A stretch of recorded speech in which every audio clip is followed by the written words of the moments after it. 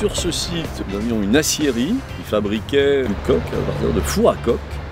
Et donc une pollution résiduelle qui à l'époque ne posait pas de problème, mais qui aujourd'hui évidemment pour établir une nouvelle unité de fabrication, ce qui est l'objectif de l'EPORA, eh bien il a nécessité de dépolluer.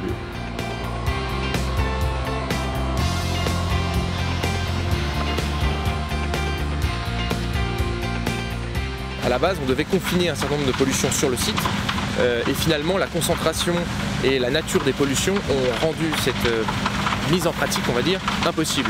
Et donc là où on est satisfait de l'intervention de Terbis, c'est qu'effectivement ils ont su s'adapter assez rapidement et surtout créer une machine qui était aux dimensions, on va dire, du site et des pollutions à mener. C'est vraiment, je pense, une première dans la région et je pense que même en France, c'est extrêmement peu fréquent. La phase 1, c'est une phase de diagnostic où on identifie les pollutions en fonction de l'historique.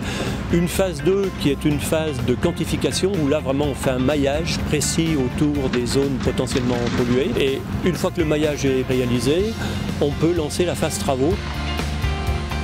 Pour parvenir à cette quasiment prouesse technique, on a mis en œuvre plusieurs procédés complémentaires.